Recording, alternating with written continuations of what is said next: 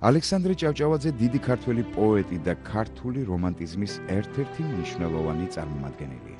აღსანიშნავია, რომ ალექსანდრე ჭავჭავაძე პეტერბურგში 1786 წელს დაიბადა. მაშინ, როდესაც საქართველოში ჯერ კიდევ სამეფო ხელისუფლება გაუქმებული არ იყო. საქართველოს დამოუკიდებლობის დაკარგვა და მეფობის გაუქმება მის სიღმაწვილეს დაემთხვა. ალბათ სწორედ ამანაც განაპირობა პატრიოტული თემატიკის წინწამოწევა მის შემოქმედებაში. პეტერბურგიდან გიორგი მე-12-ის მეფედ კურთხევისათვის სამეფო გვირგვინი და სამეფო ნიშნები სწორედ ალექსანდრე ჭავჭავაძემ და მისმა ოჯახმა ჩამოიტანეს.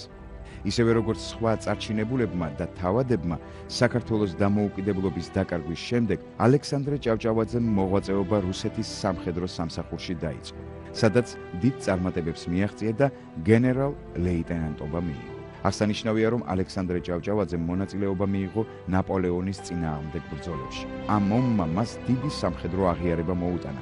მას მიენიჭა საფრანგეთის საპატიო ლეგიონის ორდენიც.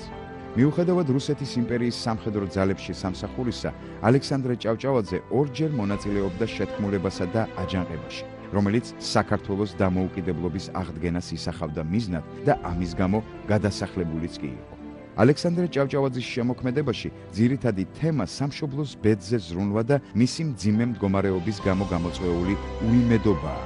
იგი რომანტიზმის ფუძემდებლად მიიჩნევა ქართულ ლიტერატურაში.